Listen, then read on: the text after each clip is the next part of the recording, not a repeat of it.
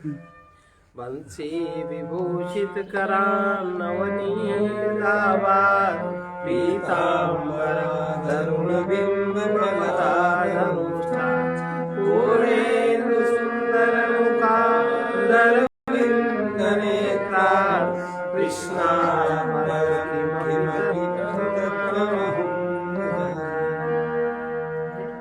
कल हम लोगों ने पढ़ा था कोई व्यक्ति जगत को चाहे सत्य देखे चाहे असत्य देखे, वो उसका मन जगत को चाहे जैसा ही माने, प्रारब्ध कर्म उसे सुख दुख भोग अवश्य ही कराएगा। सुख प्रारब्ध माने सुख दुख की परिस्थितियां उसके सामने अवश्य ही आएंगी, क्योंकि कृतम कर्म जो शुभाशुभ कर्म है उनको भोगने के लिए तो जरूर ही कोई न कोई करेगा, भोगना ही पड़ेगा। जो भी हमने पिछले समय में कर्म किए हैं, इस समय भले ही ज्ञान हो जाए और उस समय ज्ञान होने के बाद भी सुख दुख संबंधित परिस्थितियां तो आएंगी। उन परिस्थितियों को थोड़ा सा तो आप बदल सकते हो, लेकिन प्रारब्ध कर्म से सुख दुख का भोग कराने में समर्थ है। इसलिए प्रारब्ध शेष रहते हुए भी मनुष्य सत असत का विवेक कर ले, आत्मा को सत्य और जगत को मिथ्या देख सकता है प्रारब्ध चलने के बावजूद भी। अगर कोई बिल्कुल परिस्थितियों का दास हो जाए तो वो मनुष्य नहीं है, तो वो तो बिल्कुल पशुवत है। परिस्थितियां जिस समय उसने कर्म किया था उस समय वो सचेतन था, इस समय उसका कर्म अचेतन है और उसका कर्म सचेतन में जागृत होगा। इस समय जीव के पास बहुत सारी शक्ति है, अगर विवेक कर ले तो उस हिसाब से अपने कर्म को बैलेंस भी कर सकता है। अनूनो जायते भोगा कल्पतै स्वप्न वस्तु जागृत वस्तु असत्यैर्भोगयिष्यताम् जैसे स्वप्न के कल्पित मिथ्या पदार्थों से भोग भोगने में आते हैं, स्वप्न के कल्पित पदार्थों से संपूर्ण भोग भोगने में आते। जैसे स्वप्न में जीव हर तरह का भोग भोग लेता है, उसी प्रकार जागृत अवस्था की कल्पित मिथ्या वस्तुओं का भी भोग करना चाहिए। मिथ्या पदार्थों से भी सुख दुख का भोग होता है। इसका एक उदाहरण इंद्रजाल है, जिसका उल्लेख पहले अभी हो चुका, और दूसरा उदाहरण स्वप्न का है। स्वप्न के पदार्थ मिथ्या हैं, किंतु जागृत अवस्था के पदार्थों की भांति वे उतने स्थिर नहीं है। जागृत अवस्था के पदार्थ स्थिर हैं, स्वप्न अवस्था का जो टाइम है वो उतना स्थिर नहीं है, टाइम में फर्क है। इसलिए जागृत अवस्था के पदार्थों की भांति वे भी सुख दुख देते हैं। यदि ज्ञानी पुरुष स्वप्न के मिथ्या पदार्थों की भांति जागृत अवस्था में उपलब्ध पदार्थों को भी मिथ्या ही देखता है, तो उन पदार्थों से भोग प्राप्त होने में कोई बाधा नहीं पड़ती।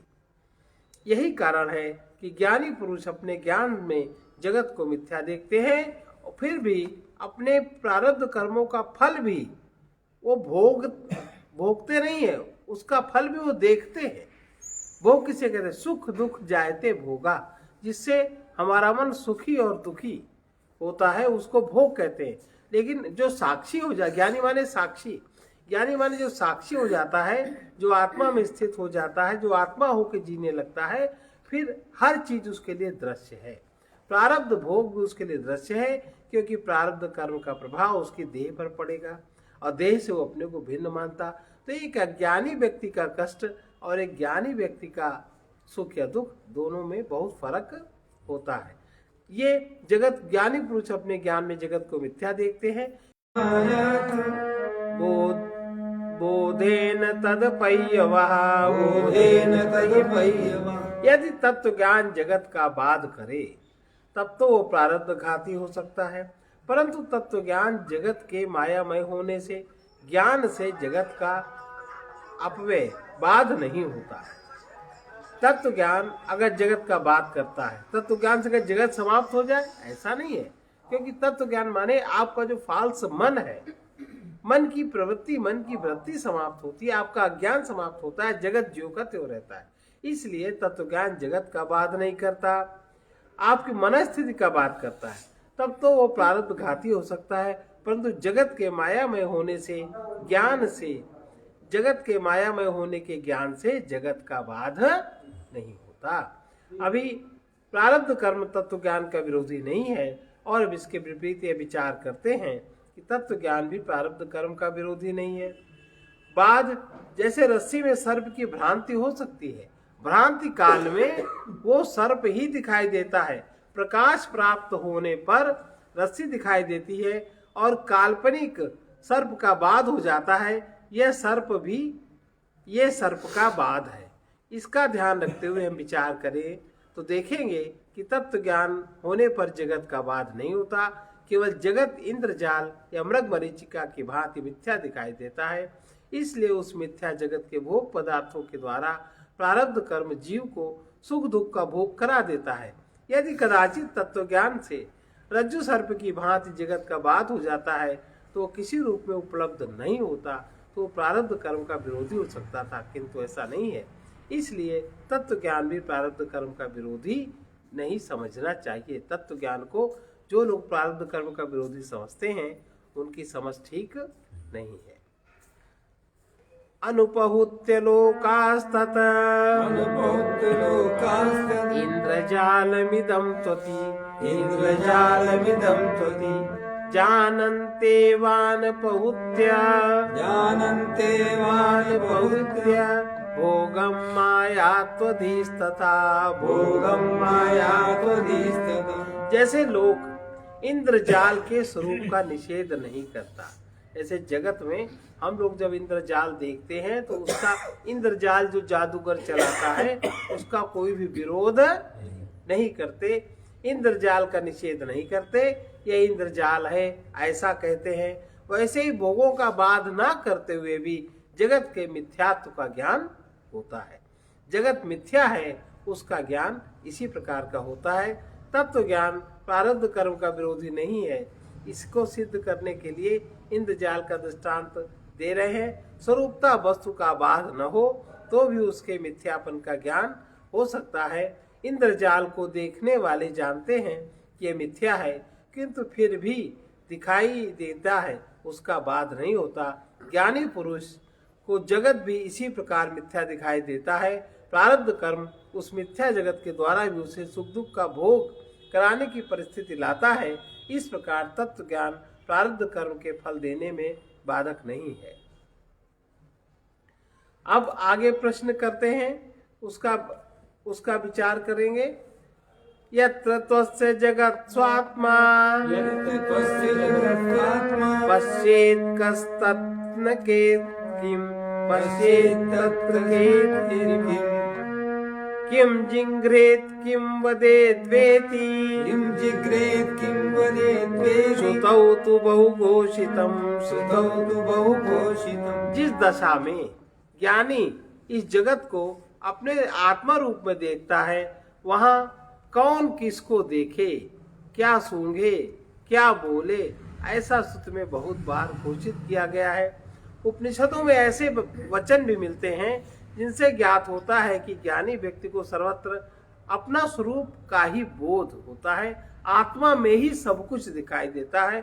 सब कुछ जितना भी ऊपर का दृश्य जगत है, अन्नमय जगत है, प्राणमय जगत है, मनोमय जगत है, सब उसको आत्मा की ही शक्ति से, सत्ता से चलता हुआ दिखाई देता है। उसके अतिरिक्त उसे अन्य कुछ आत्मा के अतिरिक्त उपलब्ध नहीं होता। उसे ना कुछ देखने में आता है, ना कुछ सुनने में आता है। यहाँ वेदारण्यक श्रुति उपनिषद की श्रुति का उद्धृत करते हैं। यहाँ ये सब जगत उसके आत्मभूत हो जाता है। तब कौन किसके द्वारा सूंघे, कौन किसके द्वारा देखे, कौन किसके द्वारा सुने, कौन किसके द्वारा बोले, कौन किसके द्वारा मनन करे, कौन किसके द्वारा जाने। ईशावास्य उपनिषद की श्रुति 7 भी इस प्रकार कहती है, यस्मिन् सर्वाणि भूतानि आत्मैवा भूमिद्विजानात् तत्र को मोहः कशोकः तत्र को मोहः कशोकः एकत्वम् अनुपश्यतः एकत्वम् अनुपश्यतः जिसमें समस्त भूत आत्मरूप हो गए ज्ञात होते हैं, वहाँ एकत्व देखने वाले को कैसा मोह कैसा शोक, इसी सत्य का प्रतिपादन छांदोग्य उपनिषद में किया गया है। वो इस प्रकार कहा गया है, यत्र नान्यत् पश्यति नान्यत् पश्यति नान्यत् शृणोति नान्यत् विजानाति नान्यत् शृणोति नान्यत् विजानाति। सबूमा, जहाँ ज्ञानी पुरुष अन्य कुछ नहीं देखता, अन्य कुछ नहीं सुनता, अन्य कुछ नहीं जानता, वो भूमा है। तेन द्वैतम अपहुत्य विद्योदेति न चान्यथा विद्योदेति न चान्यथा तथा च विदुषो भोगः तथा च विदुषो भोगः कथम स्यादिति चेष्णु। कथं स्यादिति चेष्णु। इससे ज्ञात होता है कि द्वैत का अपयैव कर माने द्वैत का बाध कर विद्या माने आत्मज्ञान उत्पन्न होता है, अन्यथा उत्पन्न नहीं होता, विद्या उत्पन्न नहीं होती। फिर ज्ञानी पुरुष को सुख दुख का भोग कैसे प्राप्त होगा? अगर ऐसी शंका है तो उसका समाधान आचार्य बताते हैं। सुषुप्ति विषया मुक्ति विषया सुषुप्ति विषया मुक्ति विषया वासुति स्तुति वासुति स्तुति वासुति स्तुति उक्तम स्वाप्य संपत्त्यो उक्तं स्वास्ते संपत्त्यो इति सूत्रे यति स्फुटम इति सूत्रे यति स्फुटम। यह श्रुति सुषुप्त विषयक अथवा मुक्ति विषयक है, ऐसा स्वाप्य संपत्त्यो सूत्र में अति स्पष्ट रूप से कहा गया है। ऊपरी दृष्टि से तो श्रुतियों में मतभेद दिखाई देता है, ब्रह्म सूत्र ग्रंथ में उसका निवारण किया गया है। नानात्व के बाद होने के विषय में उसका एक सूत्र इस प्रकार है कि सुषुप्ति और संपत्ति माने कैवल्य, इन दो में से एक का विषय करने वाली है। बादरायण का यह मत स्वीकार करना चाहिए। सुषुप्ति और कैवल्य मुक्ति की अवस्था में दृष्टा दृश्य दर्शन की त्रिपुटी नहीं रह जाती, इसलिए इन अवस्थाओं में नानात्व का बोध नहीं होता और यहाँ प्रारब्ध भोग का भी प्रश्न नहीं रहता। किंतु इसके अतिरिक्त ज्ञानी पुरुष जीवन मुक्ति की अवस्था में भी रहता है, उस समय उसे द्वैत अनुभव में आता है, किंतु उसे वो इंद्रजाल के समान मिथ्या समझता है। इस अवस्था में प्रारब्ध भोग असंभव नहीं है। अन्यथा याज्ञवल्क्यादे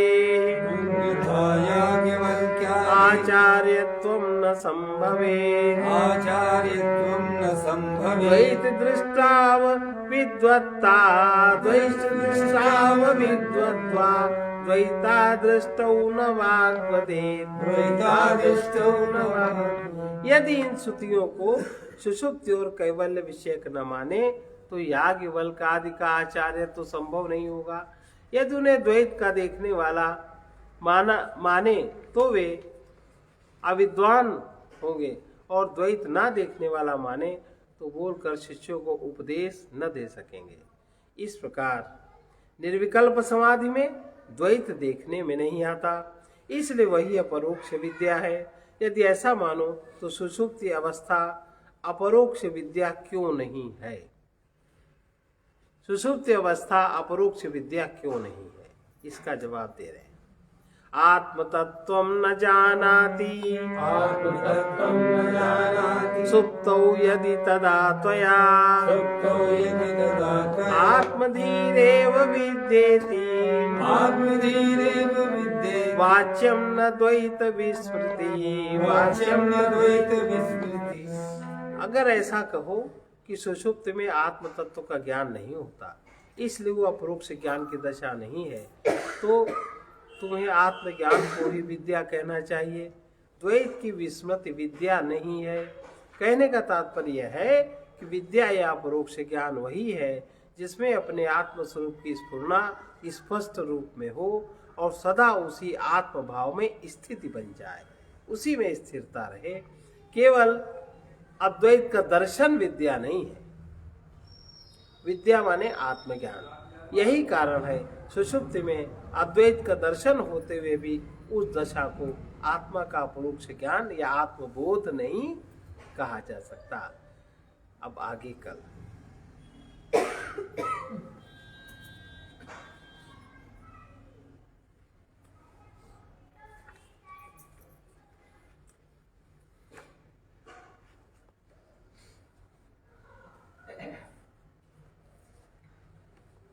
श्री राम जय जय राम। श्री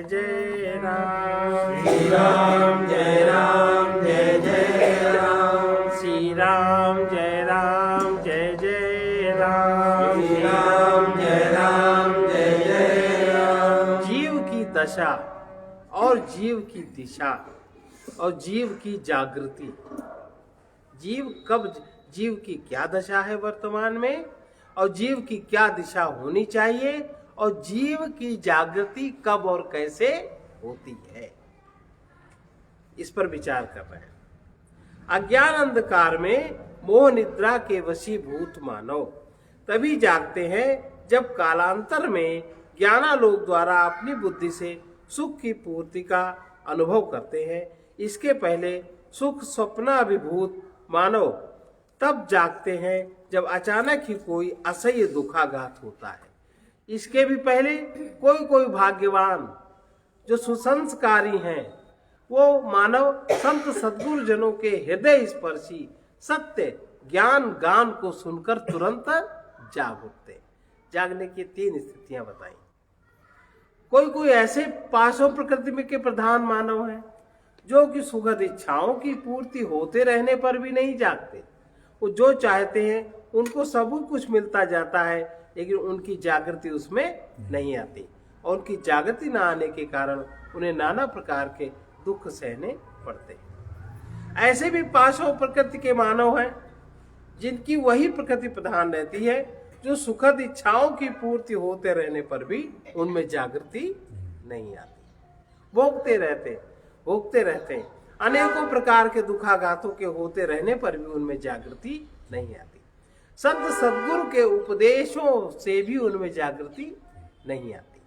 ऐसे मनुष्यों को उस समय तक मोह नींद में सुख दुख के स्वप्न देखते हुए समय बिताना पड़ता है जब तक भयानक दुख का कठोराघात उनके जीवन में नहीं होता, क्योंकि पूर्ण दुखाघात से ही मानव विचार प्रकाश में जागृत होता है और विचार करता है कि जब हमने ऐसा नहीं किया या ऐसा किया, अभी तक हमें कोई दुख नहीं हुआ, हम ऐसा ही करते थे अब हमें ऐसा दुख क्यों हुआ। तब वो विचार करने के लिए परवश होता है, तब वो विचार करता है।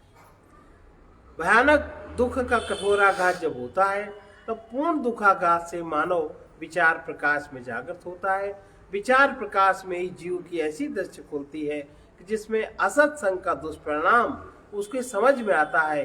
तभी उसको असत्संग क्या है, कैसे है, सत्संग की जिज्ञासा उदय होती है। और क्योंकि सत्संग से ही सद्गुणों का विकास होता है तो वो जगह जगह सत्संग ढूंढता फिरता है, अनेक प्रकार की कथाएं सुनता है, अनेक प्रकार के मंदिर बनवाता है, मंदिरों में जाता है, दान आदि की मान्यता बनाता है और कभी कभी शास्त्र के अनुसार आचार्य के कहने से, साधु के कहने से, उसकी आज्ञा में चलते हुए कुछ ऐसे कृत्य करता है जिसको वो धार्मिक कृत्य मानता है और अपने को बहुत बड़ा धार्मिक मानकर वो उसमें भी वो अटकता रहता है, जब तक वास्तव में विशेष रूप से संत सद्गुरु के सुयोग की प्राप्ति नहीं होती, तब तक इस तरह के भटकाव जीवन में चलते रहते हैं। कभी कभी तो संत सद्गुरु के सुयोग की प्राप्ति होने पर भी हृदय में सात्विक श्रद्धा न होने के कारण से संत सद्गुरु के साथ ही हम उन्हीं सब प्रपंचों को रच देते हैं। हम जिन प्रपंचों से निकलना चाहते हैं उन्हीं के आसपास, उन्हीं के जीवन में, उन्हीं के चरित्र में अनेक तरह के प्रपंचों की रचना यह मानव कर देता है। अब यदि यह सुयोग न सुलभ हो तो करोड़ों वर्ष जीव ज्ञान अंधकार में जीवन व्यतीत करता रहता है, करोड़ों वर्ष। लेकिन न तो सत्यासत्य का ज्ञान ही होता है और न ही आत्मा के दिव्य गुणों का उसके अंदर विकास ही होता है। उसका अहंकार अपनी पाश्चिक प्रकृति में, अपनी आसुरी राक्षसीय प्रकृति में, कभी कभी थोड़ी बहुत अपनी मानवीय प्रकृति में इसी भव जाल में चक्कर लगाता रहता है। अब जो व्यक्ति जाग जाता है, जो पुरुष जाग जाता है, उसके लक्षण क्या है, हम कैसे समझें कि जाग गया? तो श्री रामचरितमानस में इसका लक्षण सीधे से बताया है।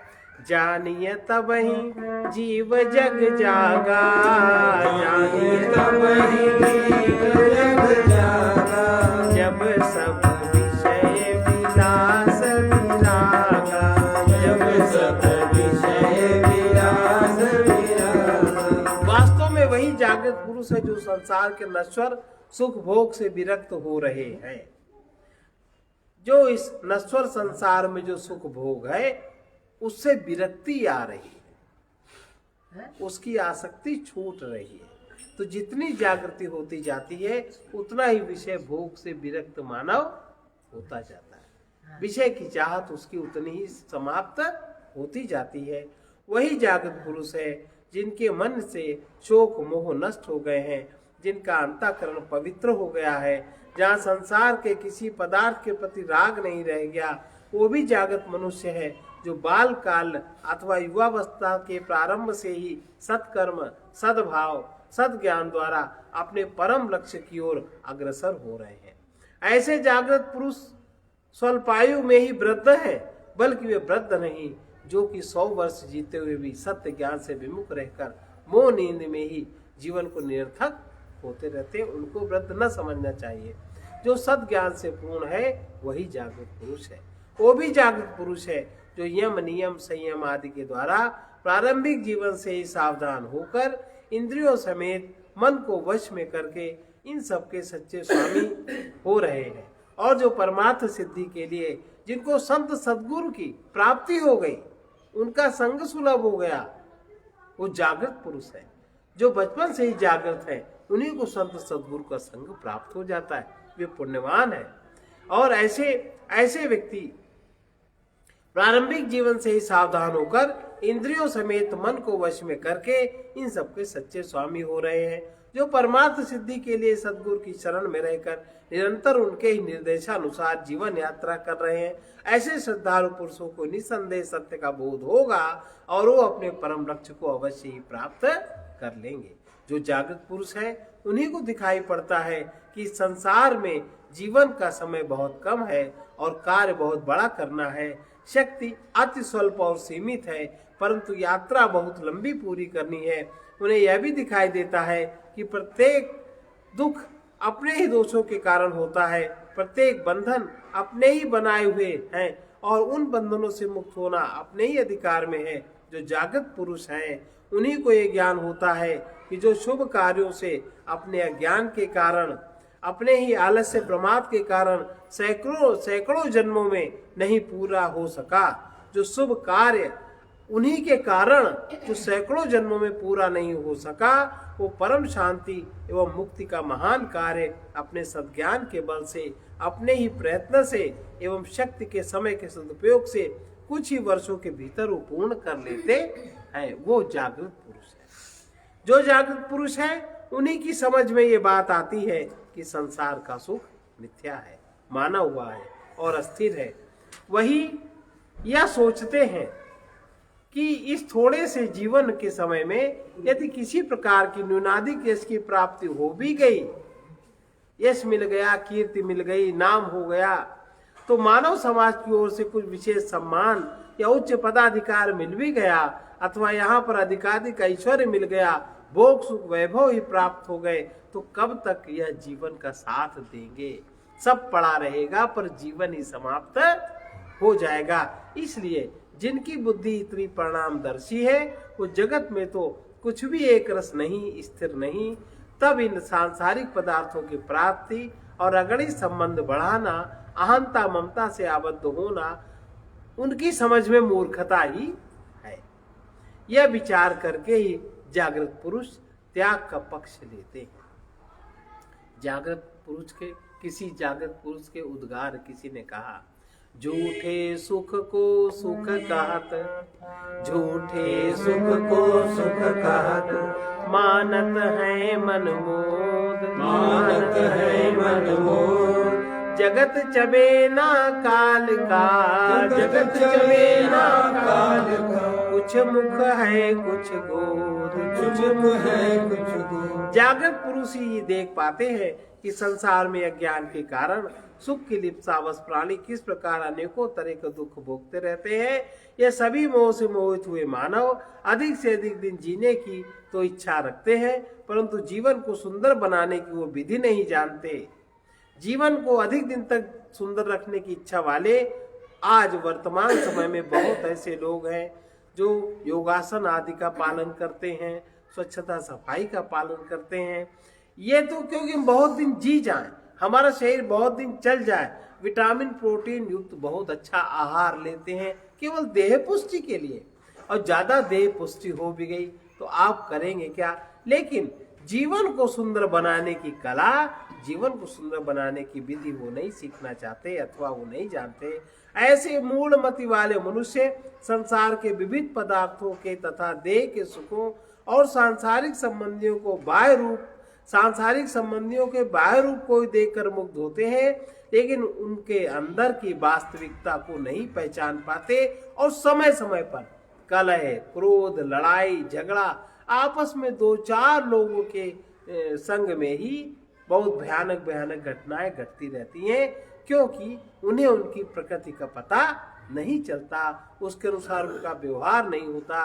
तो केवल मन के लालन करने से इन समस्याओं का समाधान नहीं होता। जागृत पुरुष किसी भी वस्तु के बाह्य रूप को देखने के साथ ही उसके अंतरंग तथ्य को भी जान लेते हैं।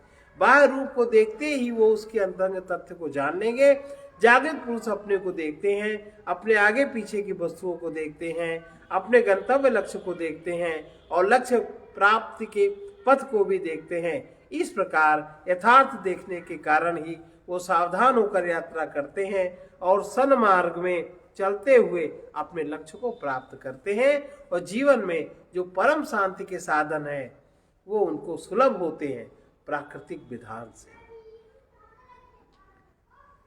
जो ऐसा जाग कर चलते हैं तो प्रकृति उनकी सहायता करती है। आदि शक्ति अम्बा जगदम्बा दैवी शक्ति उनकी सहायता करती है, और विचरण करने वाले संत महापुरुष सद्गुरु उनकी सहायता करते हैं जो इस पर है। लेकिन अपने जीवन को जागृत बनाना, इतना पुरुषार्थ स्वयं मनुष्य को करना पड़ता है। साथी आना है तो आले, साथी आना है तो आले, साथी आना है तो आले, आना है तो आले। देख जगत का ले न सहारा, देख जगत का ले न सहारा। भूला है जगत बिचारा, भूला है जगत बिचारा। वो क्या देगा तू क्या लेगा, वो क्या देगा तू क्या देगा।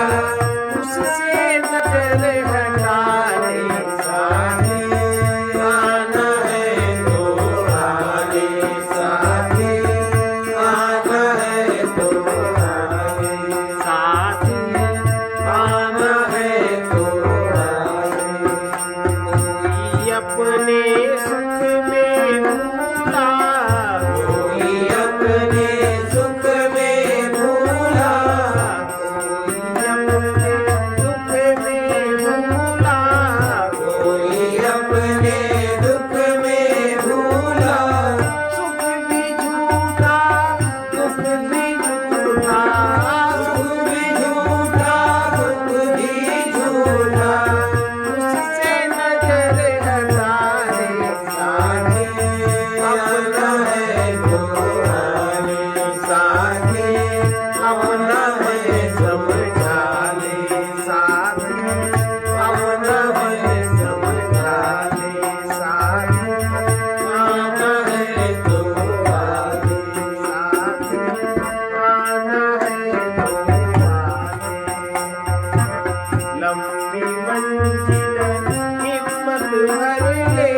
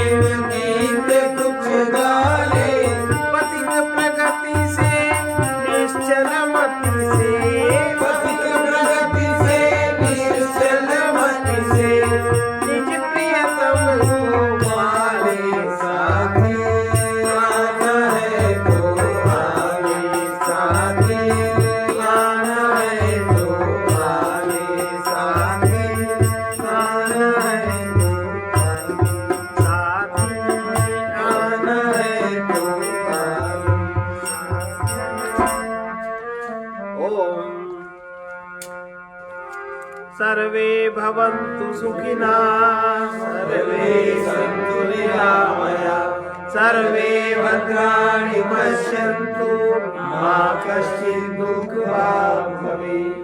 कृष्णाय वासुदेवाय हरे परमात्मने प्रणतक्लेशनाशाय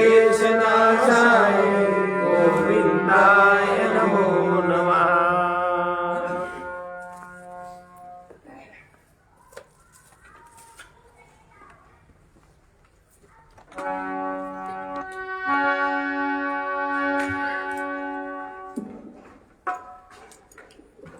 परम तत्व जाने बिना मन का भरम न जान। सत स्वरूप उस एक में रहिए सदा समान। जो नित्य सुलभ सत है आसान नहीं पाना। जो नित्य सुलभ सत है आसान नहीं पाना। जो नित्य सुलभ सत है आसान नहीं पाना। जो नित्य सुलभ सत है आसान नहीं पाना। आसान भी इतना है बस पर्दा ही हटाना। आसान भी इतना है बस पर्दा ही हटाना। आसान भी इतना है बस पर्दा ही हटाना। आसान भी इतना है बस पर्दा ही हटाना। जो नित्य सुलभ सत है आसान नहीं पाना। जो नित्य सुलभ सत है आसान नहीं पाना। यह अहंकार पर्दा अपना ही बनाया है। यह अहंकार पर्दा अपना ही बनाया है। यह अहंकार पर्दा अपना ही बनाया है। यह अहंकार पर्दा अपना ही बनाया है। अधिकार नहीं जिस पर उसको ही अपना माना। अधिकार नहीं जिस पर उसको ही अपना माना। अधिकार नहीं जिस पर उसको ही अपना माना। अधिकार नहीं जिस पर उसको ही अपना माना। जो नित्य सुलभ सत है आसान नहीं पाना। जो नित्य सुलभ सत है आसान नहीं पाना। हम विमुख भले ही हो प्रभु दूर नहीं हमसे। हम विमुख भले ही हो प्रभु दूर नहीं हमसे। हम विमुख भले ही हो प्रभु दूर